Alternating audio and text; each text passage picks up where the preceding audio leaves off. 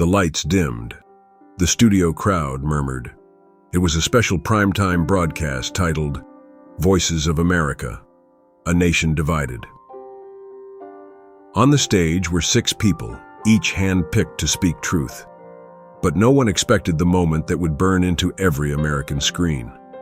Rosie O'Donnell, dressed in black and still carrying the fire of years of activism, was supposed to talk about media accountability. Instead, she leaned toward the camera, eyes blazing. Trump isn't just dishonest, he's dumb, and America paid the price for it. Gasps shot through the audience like bullets through silence. The host froze. Someone on the crew dropped a pen. Rosie leaned back, arms folded. All eyes shifted to the corner chair, the one the producers had almost removed last minute. Sitting there, calm as a whisper in church, was Vice President JD Vance. He didn't flinch. He didn't blink. He just leaned forward, as if speaking to no one, and to everyone. You don't fix the nation by mocking the people who led it. You fix it by understanding why so many followed them, and why they still do. The room didn't just go quiet. It held its breath. Something had changed. When the broadcast cut to commercial, the panel didn't move. Rosie glanced sideways, unsure if she'd gone too far or not far enough. The host avoided her eyes. The producer whispered into a headset. But JD Vance? He stared at the table, his hands folded, like a man remembering something heavier than applause or shame. Cameras weren't rolling, but his presence still anchored the room. Backstage, an intern cried quietly. She'd grown up in Ohio, poor, watching factories close. Her father voted for Trump in 2016, not because he loved the man, but because he'd lost everything and felt invisible. She'd never told anyone that before, but when JD spoke, her chest tightened, not with anger, with recognition. The episode went viral before it even ended, but not for Rosie. Headlines by dawn didn't read, Rosie destroys Trump. They read, Vance turns the tables. Vice President speaks for the unheard. A moment of stillness in America's storm. And something else happened, something no one expected. People started listening again, not to shout, not to argue, but to understand. And for many, it started not with what JD said, but with the silence that followed. JD Vance didn't sleep that night. He sat by the window in the Naval Observatory, the Vice President's residence, staring out at the cold Washington trees. His phone buzzed nonstop, but he ignored it. He thought about Middletown, about his mother, about that day she slammed the door and didn't come back for 2 nights. Back when he was 10, he thought about how, as a boy, he never imagined standing in the White House, only how to get through the week, and how somehow that pain, the kind most people never see, shaped everything. Rosie had called Trump dumb, but JD remembered why people voted for him, not out of wisdom, but desperation. They were tired, forgotten, mocked, and Trump, for all his chaos, looked them in the eye. JD never defended Trump's lies, but he refused to mock the people who trusted him. Because behind every vote, there's a story, a grandmother, a broken town, a shut-down plant, a folded flag. And JD knew something Rosie didn't. If you call someone dumb long enough, they stop listening. But if you listen to someone's pain, they never forget you. And the nation was finally listening to him. At 6:42 a.m., JD's phone finally rang in a way he couldn't ignore. Mr. Vice President, the aide said softly, Rosie O'Donnell is requesting to speak with you, privately. JD paused, not out of pride, but because part of him still hurt from how fast this country forgot its working class, and how loud the mocking had become. Still, he answered. Rosie's voice was different now, less fire, more breath. I wasn't trying to hurt people, she said. I was angry. JD nodded to himself. He knew that kind of anger. It builds in your chest when nobody hears you. It boils when you've tried every door, and they all slam back in your face. I know, JD replied, but sometimes anger covers up what we really want to say. There was a long pause on the line. I lost my brother last year, Rosie whispered. He voted for Trump. We hadn't spoken in 2 years. JD didn't speak. He just listened. Sometimes that's all someone needs. By the end of the call, Rosie didn't apologize, but she said something more powerful. I understand now why you spoke up, and for the first time in months. She cried. 2 days later, JD visited Ohio, quietly. No press, no cameras, just him, a black coat, and his security detail trying not to slip on icy sidewalks. He didn't go to a rally. He went to see a man named Carl, who used to work with JD's uncle at the steel mill. Now Carl was 73, living off a broken pension and fixing roofs with his grandson just to survive. When JD arrived, Carl was sitting on a fold-out chair, his hands raw from cold and labor. You came, Carl said, surprised.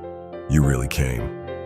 JD nodded and sat next to him. How's your back? Carl chuckled.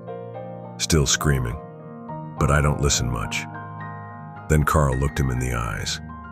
You defended people like me on TV. Ain't nobody done that in years, not without making us sound stupid. JD smiled gently. You're not stupid, you're surviving. Carl's hands shook as he pulled out a photo of his wife, now gone 5 winters, and a folded Trump 2016 flyer. I didn't vote for the man. I voted for someone to say, I see you, that's all. JD put his hand on Carl's. I see you, Carl. And Carl began to weep. That night, JD didn't go back to DC right away. He stopped by his old elementary school in Middletown, now worn and patched with duct tape and underpaid teachers. The gym was empty, echoing with forgotten cheers.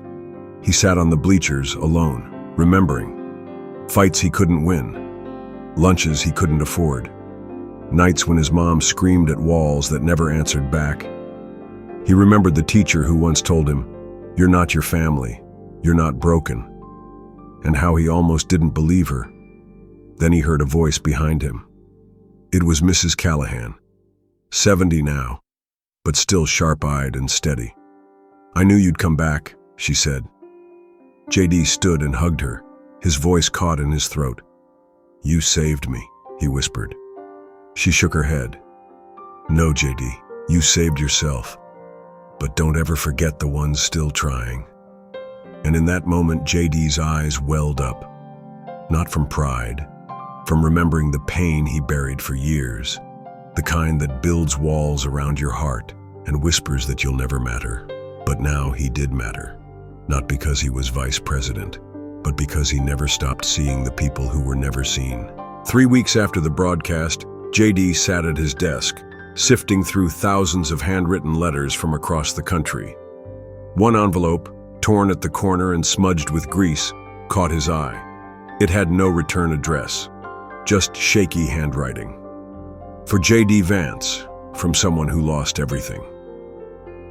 Inside was a folded paper, and inside that, a child's drawing. Crayon lines formed a small house, 2 stick figures, and a flag. The letter read, My name is Jordan, I'm 9. My daddy cried when he heard you on TV. I've never seen him cry. He says you talked like his dad used to. We lost our house, and now we live in a trailer. I want my dad to smile again. Please don't forget him. JD held the drawing for a long time. He'd given speeches before, met presidents, traveled the world. But this was different, because this wasn't about politics. It was about a boy who still believed someone out there cared. And JD whispered to the empty room, I won't forget, not ever. Then he folded the letter slowly and kept it in his breast pocket, close to his heart. The network invited JD back. The same stage, same host. This time it was called Healing the Divide, A follow-up. Rosie returned too. She looked different, tired, thoughtful. The lights came on, but JD didn't sit at the panel. He walked directly to the center of the stage. No podium, no suit jacket, just a microphone in his hand and a small bulge in his pocket. Jordan's letter. "America's broken," he began, not just in politics, but in heart, in trust. He told the story of Carl, of Jordan, of the teacher who gave him hope. "I'm not here to defend a party or a man. I'm here to defend people who think no one sees them, people who feel mocked, left behind." Rosie looked down, blinking fast.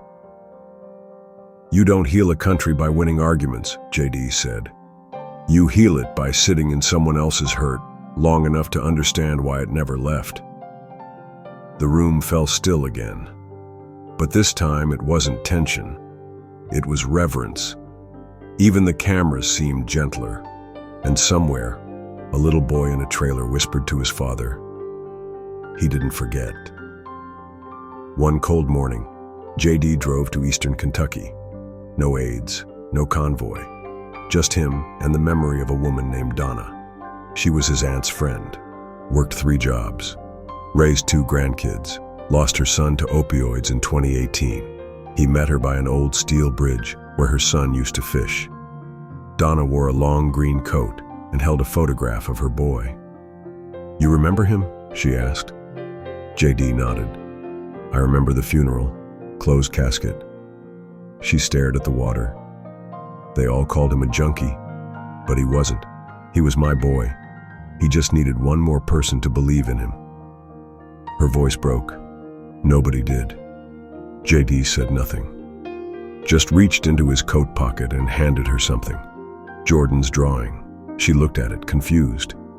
He explained the letter, the child, the pain shared between strangers. "This isn't about votes anymore," he said. "It's about the people who still feel invisible." Donna clutched the drawing, tears streaming. "Then don't stop, JD," she said. "Don't stop seeing us." And as they stood by the broken bridge, something rare happened. 2 grieving souls found peace, not because things were fixed, but because someone finally listened. The air inside the old plant in Youngstown smelled like rust and silence. It had once pulsed with the life of 800 workers, fathers, mothers, sons. Now it sat quiet, its windows cracked like the dreams it once held. JD stood in the middle of it all, remembering the sound of boots on metal and laughter in lunchrooms.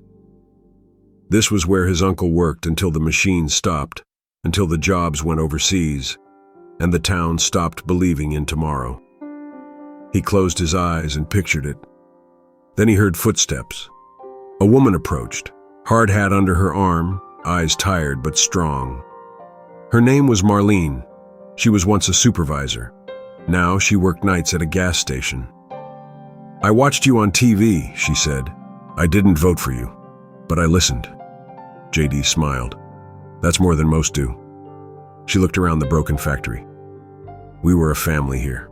And then one day, we weren't." JD nodded, and no one came to say goodbye. She took a breath, voice shaking. "You just did." And in that cold shell of a factory, 2 people cried, not because it was broken, but because someone remembered it mattered. JD didn't plan to visit that nursing home. He just noticed it while driving past a quiet Ohio street. Inside, a nurse recognized him and whispered, "There's someone here who asked about you, every week since the election." Her name was Mrs. Eloise Turner, 93, a widow. Her husband, a veteran of 2 wars, died in 1995. Her son died of suicide in 2009. She sat by the window in a blue chair with flowers printed across it, one hand clutching a photograph. "I knew you'd come," she whispered. JD knelt beside her. "I'm sorry I took so long." She touched his cheek like a mother. "You gave my pain a voice.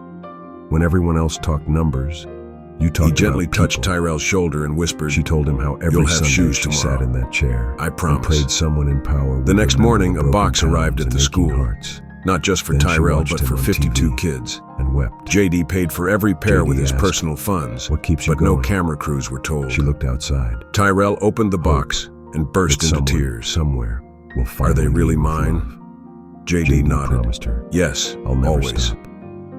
That As he night, left, she called JD out, wrote in his "You journal, make my son proud." "The child JD." with no shoes made more And JD people for cry once than any policy couldn't ever hold will." back his tears. And for the first That time in evening, years, JD returned to Washington. he finally for a felt like he was televised walking in the town hall. right direction. It wasn't supposed to It be was a emotional, national address, but when a teenage not for girl named policy, Haley not for stood up, war, thin, but for unity. nervous, with a purple JD backpack on Vance her stood lap, before the country, everything heart heavier changed. than ever, soul "My fuller dad's than in most would prison," understand. she said. He used He to didn't scream wear at a the red TV tie at everyone. or a blue Then he one. watched you. He wore a One plain day he white said, shirt. "I think He someone didn't finally raise his sees me." voice. She "I've met paused, the broken," crying. he said, He said, "the "Tell hungry, that man thank you." the unheard. But I didn't get to. I've stood in silence He at died graves, last month. held Heart crying attack. strangers, He was 43. and read letters soaked in The grief." room went still. He paused. JD gripped the mic tightly. America His doesn't voice, need usually another calm and hero. firm, broke. It needs listeners, I wish I could have helpers. been. It Haley needs nodded. you. I He just held wanted up you to Jordan's know. crayon drawing, He changed. still faded, still JD folded. pushed back tears. This came from a I little talk a boy lot who about believed his forgotten dad mattered. But I forget You all matter. sometimes, and their fathers, Your stories matter. brothers, His their eyes sons. filled. We will We stepped rise, off the stage, not when the walked rich into feel the safe, theater. but when No the poor security, feel seen. No cameras. Not when we Just shout a louder, woman but child when we found cry by grief together. and truth. I don't want Not power. the headlines, I want didn't healing. show politics, they whispered Millions something watched, different. but it felt like he was JD speaking to Vance each cries on heart, stage, one by and so one. did we. And when he stepped away from the podium, the entire room stood, not for politics, for truth. And America, just for a moment, remembered how to feel again. If you're still here, if your chest feels heavy, if your heart is pounding, if you wiped away tears when no one was looking, then this story wasn't just for them, it was for you. Because maybe you felt invisible, maybe your voice is cracked in silence, maybe, like JD, you've carried pain so long, it started to feel like home. But you're not alone, and your story deserves to be heard too. So please, leave a comment about what part touched your heart. Subscribe, so we can build this community of the unseen together. And like this video, not for me, but for Carl, for Tyrell, for Haley, for Raymond, for every soul who ever thought, no one cares. I see you, we all do, and we're listening. JD sat alone in his office at 1:13 a.m. No staff, no lights, just the distant hum of the city that never truly sleeps. His suit jacket was draped over the chair, his tie undone. On the desk sat a stack of letters from grieving mothers, struggling veterans, children like Haley, pages soaked in tears and pain. He gripped the edge of the desk as a storm rose in his chest. "How do I carry all this?" he whispered to no one. He remembered his grandfather's words, a man who swung a hammer more than he ever said, "I love you." If God gives you a heavy load, boy, maybe it's because you're the only one strong enough to carry it. JD never wanted to be a hero. He never wanted the spotlight. He just didn't want kids to grow up feeling like he did, scared, small, unheard. He buried his face in his hands and wept. For Haley, for Carl, for Mrs. Turner, for every voice too soft to rise above the noise. And when the tears dried, he stood, taller, heavier, and whispered, "I'll carry it, for them." JD returned to Middletown High. It wasn't for a speech. It was because someone had broken the gym window. No one confessed. No one cared. But JD did. He walked in during lunch. Students whispered and stared. Many had seen him on TikTok, crying with a girl named Haley. Others didn't even know he was vice president, just some guy who listens. He asked to speak with them, not to lecture, but to ask a question. "How many of you feel forgotten?" Slowly, hands rose. Half the room. "How many of you think adults just pretend to care?" More hands. Then he said something no one expected. "I used to sit where you are. I used to think no one would ever come for me. His voice cracked. But I'm here, and I'm not leaving. A boy in the back shouted, "You gonna fix the window?" JD smiled. "No, you are." He handed the janitor money from his own wallet. "Pay for the glass. The kids will do the rest." And that afternoon, they did, not because they were told to, but because someone finally believed they could. JD was scheduled to speak at a town hall in Scranton. Blue-collar town, cold sidewalks, folding chairs, and burned-out hope. But the moment that broke the nation didn't happen on the stage. It happened outside. A woman named Maria stood in the snow with a sign that read, "He was a good man." JD approached her gently. "Who was?" She handed him a photo. A young Latino man in uniform, her husband, killed in Afghanistan. His grave, she said, had never been visited by anyone in government. "I just wanted someone to say he mattered." JD didn't speak. He simply took her hand, walked with her to the center of the crowd, and held up the picture. "This man mattered, and I am sorry this country made you doubt it." Maria broke, collapsed in his arms, sobbing like the world was ending. The crowd, hardened coal workers, laid-off truckers, single moms, watched in silence. Then someone in the back began to cry, and another, and another. Not because of politics, but because someone had finally stopped speaking at them and started feeling with them. That night, no one remembered JD's speech, only the hug that healed a broken crowd. It was supposed to be small, just a quiet funeral for a Vietnam veteran named Raymond Green. No family left, no visitors expected. His last days were spent in a nursing home, his voice forgotten. But someone had sent a letter to JD. He talked about the war every day, said no one remembered him. His only request was for someone in office to show up when he died. Nurse Lillian, Cincinnati, Ohio. JD arrived alone, dressed in gray, but he wasn't the only one. Somehow, through whispers, online posts, and the echo of Raymond's silence, dozens came. Then, hundreds, veterans, teachers, factory workers, teenagers with no clue who Raymond was, but somehow knowing they needed to be there. JD stood by the casket, his voice soft. "You gave everything, and for too long we gave you nothing in return. But not today. Today we see you." As taps played, people cried, not just for Raymond, but for everyone who gave their life to a country that sometimes forgets to say thank you. And in that moment, JD realized something. This wasn't about Raymond anymore. It was about all of them, finally seen, finally honored. It was the last stop of JD's quiet tour, a rural school in West Virginia. Poverty clung to the walls like mold. Kids lined up for lunch, most wearing clothes 2 sizes too small. One child caught his eye, a boy named Tyrell. He had no shoes, just socks, frayed at the heel, toes red from the cold tile floor. JD knelt beside him. "Where are your shoes, buddy?" Tyrell shrugged. "Mom said they're coming soon." But JD knew that tone. He had spoken it himself, as a boy, pretending he wasn't hungry, pretending the lights weren't off again. He gently touched Tyrell's shoulder and whispered, "You'll have shoes tomorrow. I promise." The next morning, a box arrived at the school, not just for Tyrell, but for 52 kids. JD paid for every pair with his personal funds, but no camera crews were told. Tyrell opened the box and burst into tears. "Are they really mine?" JD nodded. "Yes, always."